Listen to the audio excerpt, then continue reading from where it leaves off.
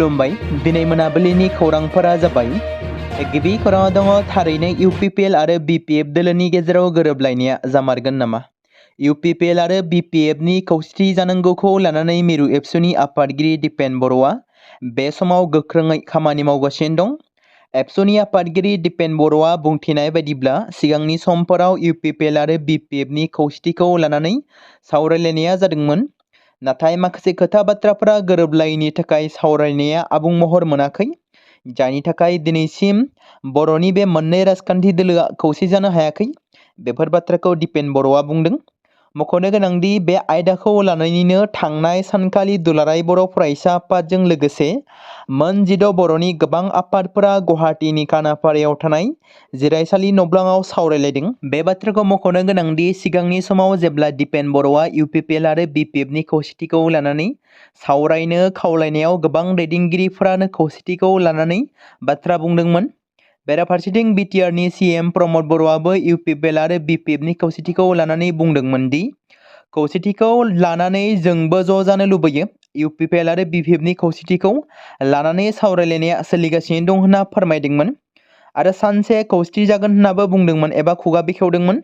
बिटिसिनि बारग' deputy chief CAMPA Bargayary बिथाङाबो बुंथिदोंमोन दि इउपिपिएल आरो बिपिएफआ खौसेथि जायोब्ला बेयो जोबोद मोजां जागोन, मानोना खौसेथिखौ बयबो हास्थायो होनना बाथ्रा बुंथिदोंमोन। बेबादिनो बिटिसिनि बारग' चिफ हाग्रामा महिलारियाबो खौसेथिखौ जानो राजि होननानै बुंदोंमोन। नाथाय दैदेनगिरिफोरनि खुगा खुगाल' सोलिबाय थादों खौसेथिनि राव। नाथाय दिनैसिम मोन्नैबो दोलोनि ज' जानानै रायज्लायनायखौ एबा सावरायनायखौ नुवाखै। माब्ला खौसे जागोन बेखौ उननि समासो फोरमायसिगोन।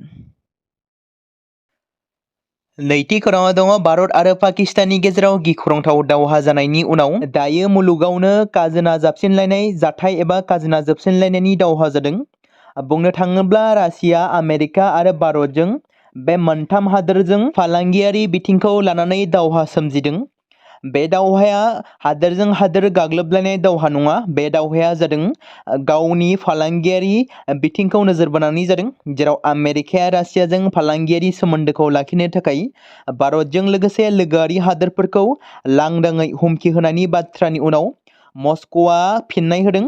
रासियानि बायजोआरि मन्थ्रि बिफाना बुंदों दि इउएसआ एबा आमेरिकाया गावनि गादबनायखौ लाखिनो थाखाय मोनसे गोदान फामुवारि खान्थिखौ उनसंनो जागायदों।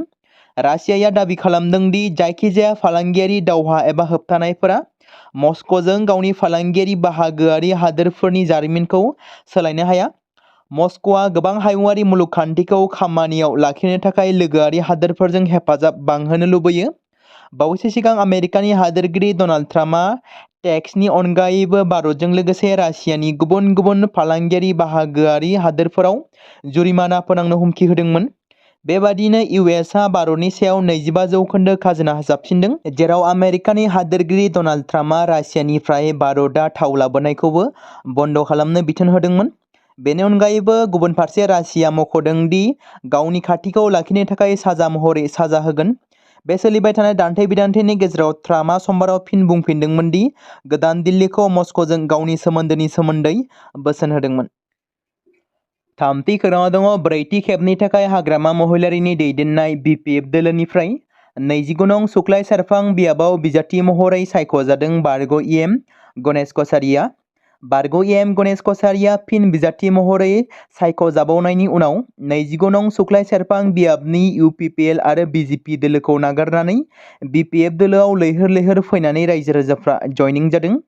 29 नं सुक्लाय सेरफां बियाबाव बिपिएफ दोलोनि बिजाथि गणेश कछारिया देरहासार जानाया रोखा जामारबाय नामा? बे खेबाव बिपिएफ दोलोनि बिजाथि गणेश कछारिया देरहानांगौनि थाखाय थाद'नाय गैयाजासे सानफ्रोमबो जइनिं हाबाफारि लागासिनो दं। 29 नं सुक्लाय सेरफां बियाबाव बिपिएफ दोलोनि बिजाथि गणेश कछारिनि दैदेननायाव सानफ्रोमबो इउपिपिएल आरो बिजेपि दोलोनि सोद्रोमा आरो भटार्सफोरा बिपिएफ दोलोआव जइनिं जागासिनो दं। बेबादिनो मैयाबो 29 नं सुक्लाय सेरफां बियाबनि सिङाव थानाय निजारगाव गामियाव सा 80निबो बांसिन इउपिपिएल दोलोनि भटार्सफोरा बिपिएफ दोलोनि बिजाथि गणेश कछारिनि खामानि मावनाय आरो मोजां आखुखौ मोजां मोननानै जइनिं जायो। ब्रैथि खौराङाव दङ हादोरनि राजथावनि गोदान दिल्लीनि लाल किल्लायाव बांलादेशी सुबुंफोरनि हाबनो नाजानायाव दिल्ली पुलिसनि गोख्रोङै नायबिजिरनाय। मख'नो गोनांदि हादोराव गोबां समफोरावनो आयेन बेरेखायै जेबो फोरमान बिलाइ गैयालासे एबा लाबोआलासे बांलादेशी हाबफैखुमानायफोरखौ हमनानै गावसोरनि हादोर फारसे दैथायहरदों आरो आयेननि गेजेरजोंबो माखासे नेमखान्थि बाहायसेयावबो बांलादेशी नोगोरारिफ्रा भारत हादोरनि खना खनला सिमाजों हाबनो नाजाबाय थादों। हादोरनि उदांस्रि सान 15 आगस्टआ खाथिनिफ्राय खाथिसिन सफैगासिनो थानायखौ नोजोर होनानै हादोरनि रैखाथि हान्जानि नोजोर होनाय आरो सांग्रांथि होनाया गोख्रों जासिनदों। बेबादिनो मैया 15 आगस्टखौ बिथा खालामनानै दिल्ली लाल किल्लायाव साबा आयेन बेरेखा बांलादेशीफोरनि हाबनो नाजानायखौ पुलिस बिफाना हमनो हानायाव जाफुंसार जानो हादों। दिल्ली पुलिसा फोरमायथिनाय बायदिब्ला हादोरनि राजथावनियाव साबा बांलादेशीफोरा 15 आगस्टखौ नोजोर होनानै आयेन बेरेखायै हाबनो नाजागासिनो दंमोन। बिथांमोना लाल किल्लानि सोरगिदिं स्रोदै हाबनो नाजादोंमोन। बे बाथ्राखौ पुलिस फारसेनिफ्राय फोरमायदों। दिल्ली पुलिसा फोरमायबावदों दि जाय साबा बांलादेशी नोगोरारिफोरखौ हमनो हादोंमोन बिथांमोना लाल किल्ला खाथियावनो गोबां सम आयेन बेरेखायै थाबोगासिनो दंमोन आरो बे बांलादेशीफोरा लाल किल्लानि खाथियाव खामानि मावोमोन होननानैबो दिल्ली पुलिसा बुंदों। ड्राग्सनि बेरेखायै धुबुरी पुलिसनि अपारेशना थाद'नाय गैयाजासे सोलिगासिनो दं। मंगलबाराव एबा दिनै पुलिसा मोनसे सिग्रोमनायनि समाव सासे दुथां ड्राग्स फालांगिरिखौ हमनो हादों, जेराव ड्राग्स फालांगिरिनिफ्राय गोबां बिबांनि फेग्रा मुवाबो जब्द खालामनाय जादों। मोनसे आन्दोनि खौरांखौ बिथा खालामनानै गलकगंज पुलिस थानानि बिबानगिरि देबजित कलितानि दैदेननायाव पुलिसनि मोनसे हान्जाया आसाम बेंगल सीमा ओनसोलाव थानाय आचार उद्दीन मण्डल मुंनि मुंदांखा ड्राग्स माफियानि न'आव अपारेशन खालामदोंमोन। अपारेशननि समाव पुलिसा गंबा साबोन बाक्साव आयेन बेरेखा ब्राउन सुगार, 80 फेग्रा मुवा याबा टेब्लेट, नोगोद 3,04,400 रां, रेजिस्ट्रेशन नम्बर WB64AD5716 गोनां गंसे साखा खबब्रै लाक्जारि गारि, WB64Z7194 नम्बरनि गंसे ग्लेमार बाइक आरो गंथाम मबाइल फन जब्द खालामनो हादों। पुलिसा जाथायनि सायाव गावसोरनि नायबिजिरनायखौ खालामगासिनो दंबावो होनना फोरमायदों। गोबां सम आसा खालामबाय थानायनि उनाव मैया दरं जिल्ला आफाद दानाय जाबाय। जेबालि गस्वामी कलिताया गौतमनि आफादगिरिनि बिबानखौ लादों। बेराफारसेथिं लेङाइ आफादगिरि महरै परिस्मिता नाथनि मुंखौ फोसावनाय जादों। मख'जाथावदि 12 मासि थानाय दरं जिल्ला आफादाव बिजेपि दोलोआ गोहोम खोख्लैदोंमोन आरो मोन 6 मासि देरहादोंमोन। बेनि उल्थायै एजिपि दोलोआ मोनसे मासि देरहादोंमोन, कंग्रेस दोलोआ मोन 4 मासि देरहादोंमोन आरो राइजर दलआ मोनसे मासि देरहानो हादोंमोन। बेनि उनाव मैया बिजेपिआ एजिपि दोलोजों गोरोबथायाव दरं जिल्ला गौथुमखौ दाफुङो। मरिगाव जिल्लानि चिलपुखुरि गुदि फरायसालियाव अर नांदों। सन्देह खालामनाय बायदिब्ला अरआ फरायसालियाव थानाय इनभार्टार आरो सलार सिस्टेमाव मोब्लिबारि सर्ट सार्किटनिफ्राय सोमजिदों।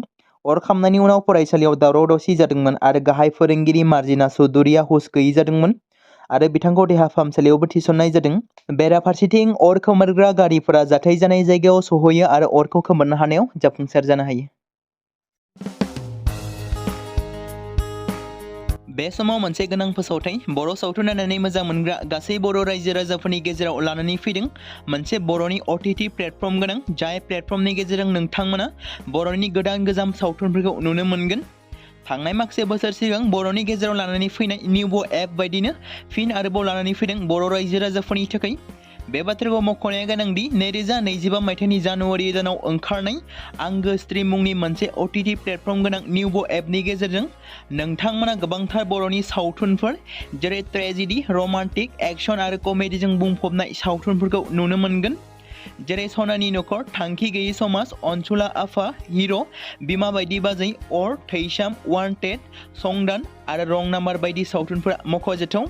बेफोर सावथुनफोरखौ नायनो थाखाय नोंथांमोना गिबियावनो आंगो स्ट्रिम एपखौ गाव गावनि मबाइलाव थानाय प्ले स्ट'रनिफ्राय डाउनल'ड खालामनानै लोगोसे इनस्टल खालामनानै गावनि मबाइल नाम्बारजों लग इन खालामनानै लाग्रोनांगोन।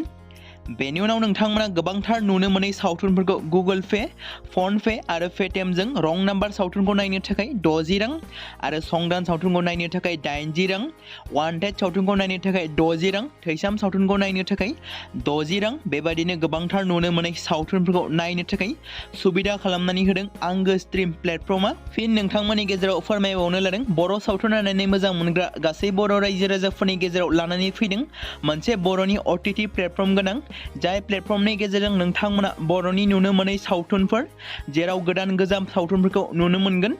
बे बाथ्राखौ मख'नाया गोनांदि 2025 मायथाइनि जानुवारि दानाव दिहुनजानाय आंगो स्ट्रिम मुंनि मोनसे OTT प्लेटफर्म गोनां एपनि गेजेरजों नोंथांमोना गोबांथार बर'नि ट्रेजेडि, रमान्टिक, एक्शन आरो कमेडिजों बुंफबनाय सावथुनफोरखौ नुनो मोनगोन। जेरै रं नाम्बार, संदान, वान्टेड, थैसाम, अर, बिमा बायदि बाजै, हिर', अनसुला आफा, थांखि गैयि समाज, सनानि नखर बायदि बायदि सावथुनफ्रा मख'जाथाव। बेफोर सावथुनफोरखौ नायनो थाखाय नोंथांमोना गिबियावनो आंगो स्ट्रिम एपखौ गावनि मबाइलाव थाखानाय प्ले स्ट'रनिफ्राय इनस्टल खालामनानै गावनि मबाइल नाम्बारजों लगइन खालामखांनायनि उनाव नोंथांमोना गोबांथार नुनो मोनै सावथुनफोरखौ गुगोल पे, फन पे आरो पेटिएमजों रं नाम्बार सावथुनखौ नायनो थाखाय 60 रां, संदान सावथुनखौ नायनो थाखाय 80 रां, वान्टेड सावथुनखौ नायनो थाखाय 60 रां, थैसाम सावथुनखौ नायनो थाखाय 60 रां बेफोरबायदिनो अर सावथुनखौ नायनो थाखाय 60 रां पे खालामनांगोन। बेबायदिनो गोबांथार नुनो मोनै बर' सावथुनफोरखौ नायनो थाखाय सुबिदा खालामनानै होदों आंगो स्ट्रिम प्लेटफर्मा।